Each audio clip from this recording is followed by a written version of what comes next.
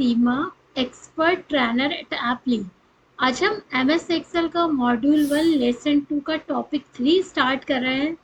इस टॉपिक में हम देखेंगे कि MS एक्सेल में सेल रेंज क्या है। सेल MS एक्सेल में किसी पर्टिकुलर एरिया को, जहां पर आपने कर्सर रखा है, जिस पर्टिकुलर एरिया पर आप एंटर कर रहे हैं डेटा, उसको हम सेल कहते हैं। Cell range in an Excel file is a collection of selected cells. A cell range can be referred to in a formula as well as function. Cell range can appear as below, जैसा कि आपको ये दिख रहा है, इसको हम बोलते हैं cell range. The notation for this range is, suppose हम यहाँ पर लिख रहे हैं A1 से लेकर C6 तक, तो this is the cell range. आप कहाँ से लेकर कहाँ तक डेटा को पुट कर रहे हैं, that is the cell range. इसी टाइप से नेमिंग सेल्स क्या होता है? Name is a meaningful shorthand that makes it easier to understand the purpose of cell, reference, constant, formula और टेबल। फॉर एग्जांपल, आप किसी भी टाइप का कैलकुलेशन करना चाहते हैं फार्मूला या फंक्शन की हेल्प से, then you can define the cells. यहाँ पर हम अभी MS एक्सेल ओपन कर रहे हैं। सपोज हम ये चाहते हैं कि C5 से लेकर E5 तक की सेल का हमको सम करना है, तो हम यहाँ पर सेल रेंज किस टाइप से डिफाइन करेंगे? First of all, put the cursor where you want to take the output. उसके बाद आप इक्वल टू साइन टाइप कीजिए। इक्वल टू साइन टाइप करने के बाद आपको यहाँ पे सेल का रेफरेंस देना है। जैसे हम चाहते हैं C5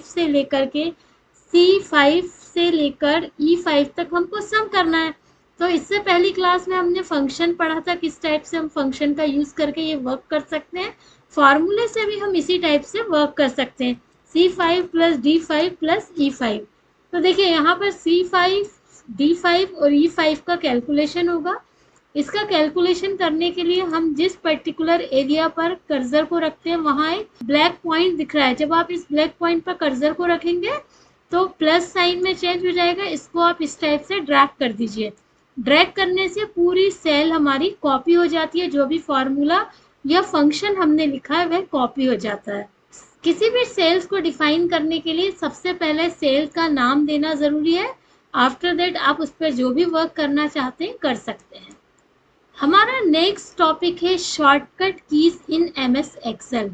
MS एक्सेल में हम शॉर्टकट की का यूज़ करके डिफरेंट टाइप के वर्क कर सकते हैं। शॉर्टकट की कुछ इंपॉर्टेंट जो है, वो सबसे पहली शॉर्टकट की है, this is the Ctrl+N। Ctrl+N is used to create a new worksheet और workbook.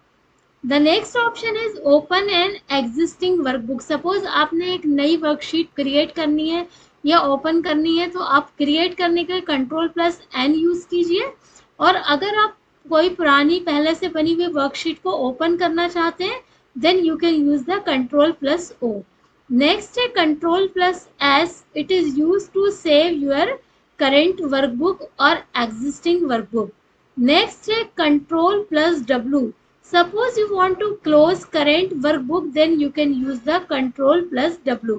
The next option to close Excel. Suppose आप MS Excel को close करना चाहते हैं, then you can use Ctrl+F4. It will close your MS Excel file.